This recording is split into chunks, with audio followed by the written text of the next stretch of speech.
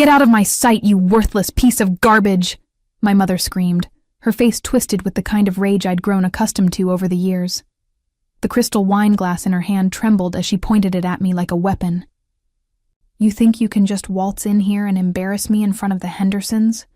You're nothing but a disappointment." I stood there in the marble foyer of our Charlotte mansion, my designer dress torn at the shoulder from where she'd grabbed me moments earlier. The irony wasn't lost on me.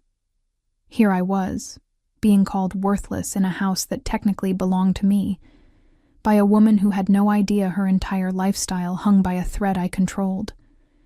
My name is Caroline Moore, and I'm 27 years old. For most people, that might seem young to be managing a $100 million family trust. But grandfather had always seen something in me that my mother, Vivian, refused to acknowledge. Tonight's explosion had started over something trivial. I'd corrected her when she told the Hendersons that our family had built Brightmere Industries from scratch.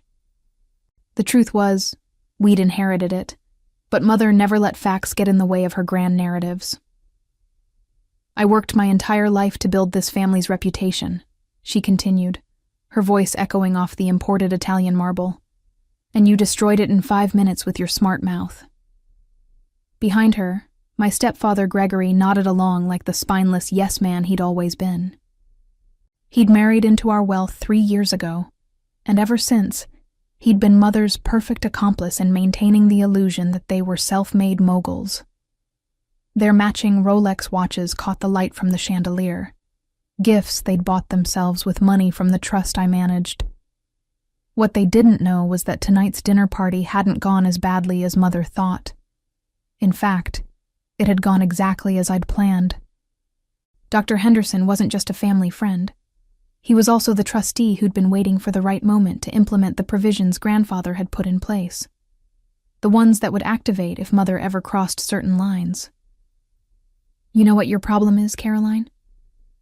Mother stepped closer, and I could smell the expensive French perfume that masked the scent of her 3rd bottle of wine. "You think you're better than everyone else. But you're just a spoiled little girl who's never had to work for anything." I almost laughed at the irony. Instead, I just smiled, which only made her angrier. The storm building behind her eyes told me everything I needed to know. Tonight was going to be the night that changed everything. Growing up in the Moore family meant living with secrets wrapped in silk and buried under money. My grandfather, Thomas Moore, had built our fortune through smart investments and careful planning, but more importantly, he'd been wise enough to see through my mother's facade long before I was old enough to understand it myself. I remembered the day he'd pulled me aside in his study when I was 16. The walls were lined with leather-bound books and family photos, but his expression had been unusually serious as he explained the trust structure he'd created. "Caroline, your mother is a beautiful woman, but she lacks the judgment needed to preserve what our family has built," he'd said quietly, his weathered hands folding over mine. "That's why I'm placing you in control of the trust when you turn 25. But until then, this stays between us." He'd made me promise to let Mother believe she held the purse strings, to avoid confrontation until I was mature enough to handle the responsibility. For the past 2 years since taking control, I'd honored that promise, watching silently as she threw lavish parties, bought expensive cars, and redecorated the house every season, all while believing she was spending her own money. The arrangement had worked well enough until Gregory entered the picture.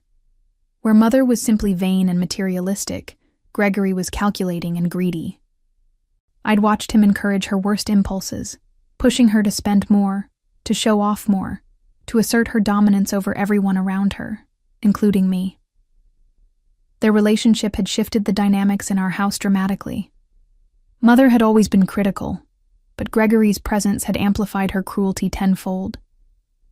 He whispered in her ear about how I was trying to undermine her authority, how I needed to be put in my place.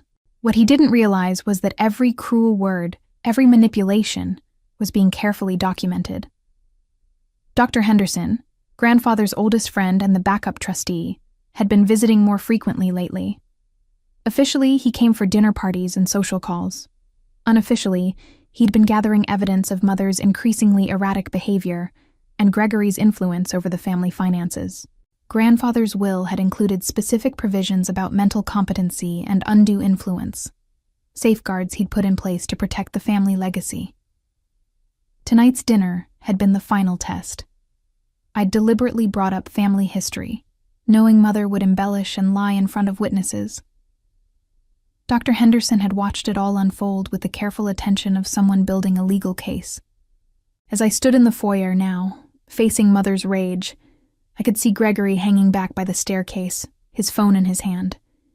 He'd been making increasingly desperate calls to his gambling contacts lately, unaware that I'd been monitoring the trust's expenses. The pieces were all in place. "You know what, Caroline? I've had enough of your attitude." Mother's voice had dropped to a dangerous whisper, the kind that usually preceded her most vicious attacks. "Maybe it's time you learned some respect." She stepped closer, and I could see the calculation in her eyes. This wasn't just anger anymore. This was deliberate. Gregory had moved closer too, positioning himself where he could block any escape route to the front door. They'd clearly planned this confrontation, thinking they could intimidate me into submission. "Vivian, maybe we should all just calm down." Dr. Henderson's voice came from behind me. He'd emerged from the dining room where he'd been saying goodbye to the other guests, his medical bag in hand, and his expression carefully neutral. "It's been a long evening for everyone.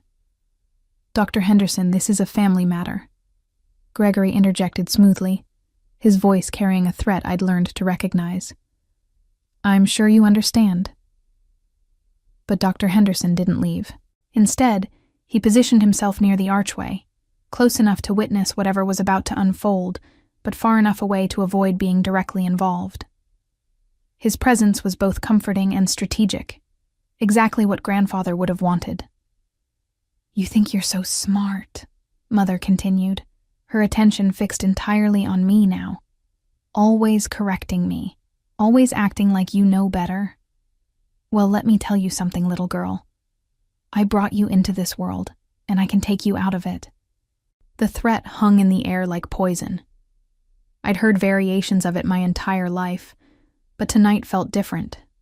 Tonight, there was a finality to her words that made my skin crawl. "Mother, you're drunk," I said quietly, keeping my voice steady despite the adrenaline coursing through my veins. "Maybe you should go to bed and we can discuss this tomorrow." "Don't you dare dismiss me."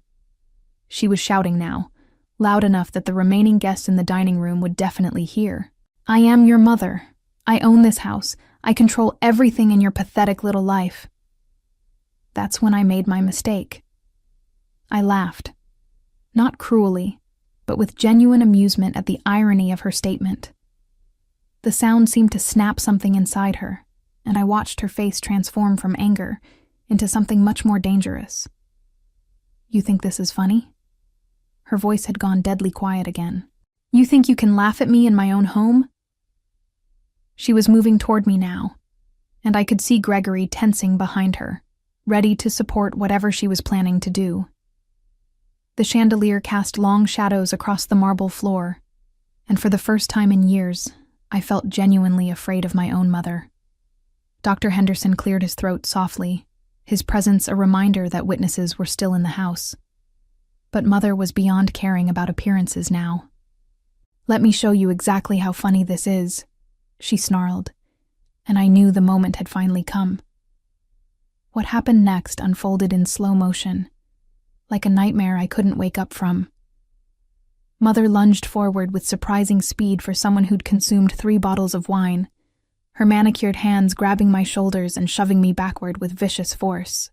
I stumbled, my heels catching on the Persian rug, and felt myself falling toward the sliding glass doors that led to the garden terrace. Time seemed to slow as I realized what was about to happen. The doors were closed, and I was moving too fast to stop myself. The impact was devastating.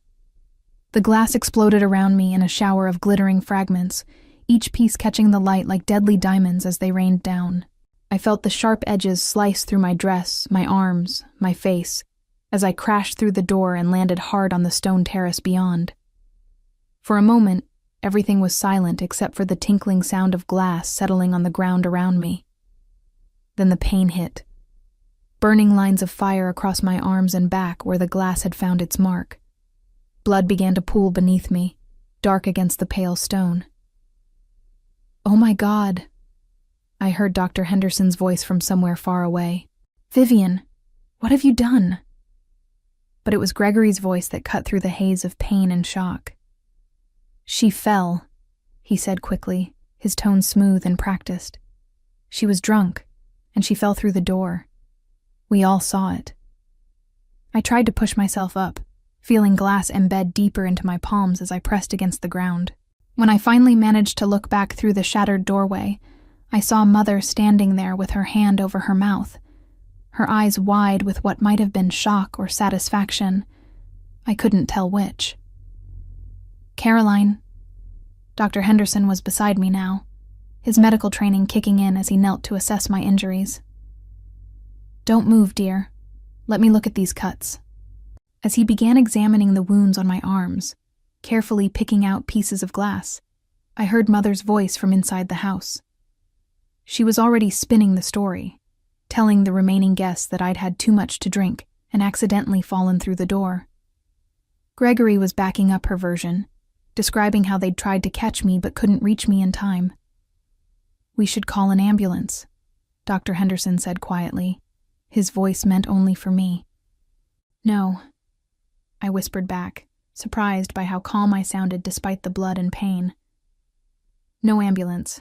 Just clean me up, please." He looked at me strangely, but nodded, understanding that there was more to this situation than met the eye. As he worked to bandage my wounds with supplies from his medical bag, I heard Mother dismissing the other guests, her voice bright and social, as she assured them that everything was under control. When the last guest had left and the house fell quiet, Mother finally came to check on me. She stood in the doorway, careful not to step on the broken glass, her expression unreadable in the dim light. "I hope you've learned your lesson," she said coldly, as if I'd simply been sent to my room instead of thrown through a window. "Actions have consequences, Caroline. Remember that." But as I looked up at her through the blood running down my face, I felt something shift inside me. The fear was gone, replaced by a cold, calculating fury that reminded me exactly whose granddaughter I was. "Yes," I said quietly, my voice steady despite everything. "They certainly do." Dr. Henderson helped me into the guest bathroom downstairs, away from Mother and Gregory's prying eyes. As he cleaned my wounds more thoroughly, I caught sight of myself in the mirror, and almost didn't recognize the person looking back. My dress was torn and bloody, my hair matted with glass fragments, and thin lines of cuts crisscrossed my arms like a roadmap of violence. "Caroline," Dr. Henderson said quietly, as he applied antiseptic to a particularly deep cut on my forearm. "What really happened out there?" I met his eyes in the mirror. This was the moment I'd been preparing for, even if I hadn't known it at the time. "You saw what happened, Dr. Henderson. My mother shoved me through a glass door." He nodded slowly, his expression grave. "Yes, I did see that, and I suspect I'm not the only one who will see it clearly." That's when I noticed the small recording device he'd discreetly placed on the bathroom counter, the same device Grandfather had given him years ago for documenting family meetings. Everything that had happened tonight had been captured, from Mother's drunken ranting to the actual assault. "Your grandfather was a wise man," Dr. Henderson continued, wrapping gauze around my arm. "He suspected this day might come." "How long have you been recording?" I asked. 3 months. Ever since Gregory started encouraging your mother to increase her spending and make those threats about changing your grandfather's will." He secured the bandage with medical tape. "We have everything, Caroline. The financial manipulation, the emotional abuse, and now this." As he spoke, I felt pieces of a larger puzzle clicking into place. The conversations I'd overheard between Mother and Gregory about putting me in my place. The increasingly expensive purchases they'd been making without consulting me. the lawyers they'd been meeting with to explore options for breaking the trust. "They've been planning something," I said, more to myself than to him. "More than planning. Gregory's been feeding your mother information about trust law, convincing her that she can have you declared incompetent and take control of the finances herself." Dr. Henderson packed his medical supplies back into his bag. "What they don't realize is that your grandfather anticipated this exact scenario." He pulled out his phone and showed me a series of documents he'd photographed earlier in the evening. Legal papers that Gregory had left carelessly on the hall table, detailing their scheme to have me committed for erratic behavior and financial incompetence. "The irony," I said, feeling a cold smile spread across my face despite the pain, "is that they just provided all the evidence we need to prove their own incompetence." Dr. Henderson nodded. "Assault, financial manipulation, conspiracy to commit fraud. Your grandfather's contingency plans cover all of this. The backup trustees are already on standby." We could hear Mother and Gregory in the kitchen, their voices rising as they argued about how to handle the Caroline situation. Gregory was pushing for immediate action, suggesting they move forward with their commitment plan before I could cause more trouble. Mother was hesitating, perhaps finally realizing the gravity of what she'd done. "What happens now?" I asked. "Now we activate Protocol 7, Dr. Henderson said, referencing the code name Grandfather had given to his most extreme contingency plan. "By morning, the secondary trust provisions will be in effect. All accounts will be frozen pending investigation, and your mother and Gregory will find themselves without access to any family funds." As if summoned by our conversation, Gregory appeared in the bathroom doorway, his face flushed with anger, and something that might have been panic. "What are you two whispering about in here?" he demanded. I looked at him through the mirror, my reflection now cleaned up and bandaged but still bearing the evidence of what they'd done. "Just discussing the consequences of actions, Gregory. You should understand that concept." Gregory's eyes narrowed as he stepped into the bathroom, his presence immediately making the small space feel claustrophobic. "You need to be very careful about what you say next, Caroline. Your mother is extremely upset, and making accusations isn't going to help anyone." "Accusations?" I turned to face him directly, ignoring the pain that shot through my bandaged arms with the movement. "Is that what we're calling evidence now?" Dr. Henderson stepped slightly between us, his body language protective but professional. "Mr. Wallace, perhaps you should give Caroline some space to recover from her injuries." "Her injuries from falling through a door," Gregory said pointedly, his voice carrying a clear warning, "which multiple witnesses can confirm." That's when I realized just how far they'd planned to take this. The story was already set, the witnesses coached, the narrative established. In their minds, I was just another obstacle to be managed, another problem to be solved through manipulation and intimidation. But they'd made one crucial mistake. They'd underestimated exactly how much I knew about their activities. "Gregory," I said, my voice steady and calm, "do you remember that dinner party we had last month? The one where you spent the entire evening on your phone, making calls to someone named Vincent about your gambling debts?" His face went pale, confirming what I'd suspected for weeks. "I don't know what you're talking about." $50,000, I continued, watching his expression crumble. "That's how much you owe, isn't it? And that's why you've been pushing Mother to increase her monthly allowance from the trust.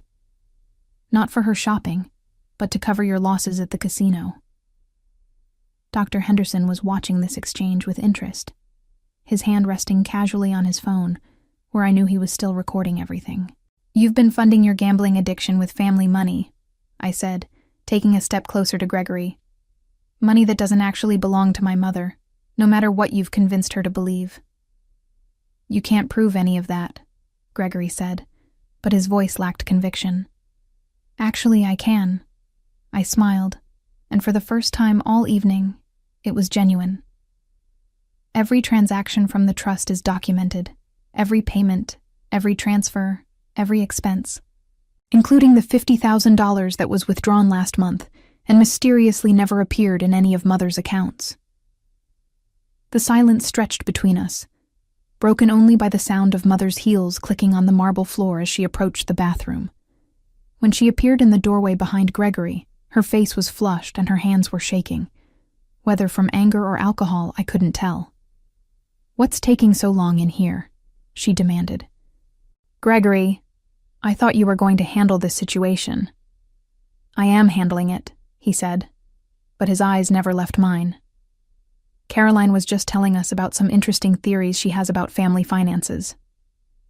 Mother's expression shifted, a flicker of uncertainty crossing her features. "What kind of theories?" This was the moment I'd been waiting for, the moment when their carefully constructed world would begin to collapse around them. I looked from Mother to Gregory, seeing the fear beginning to creep into their eyes as they realized that their victim might not be as helpless as they'd assumed. "The kind of theories," I said quietly, "that are about to become very public knowledge." Before either of them could respond, Dr. Henderson's phone began to ring. He glanced at the screen and then at me, a slight nod confirming what I already knew. The backup trustees had been activated. Protocol 7 was now in motion, and in just a few hours, everything my mother and Gregory thought they controlled would be gone.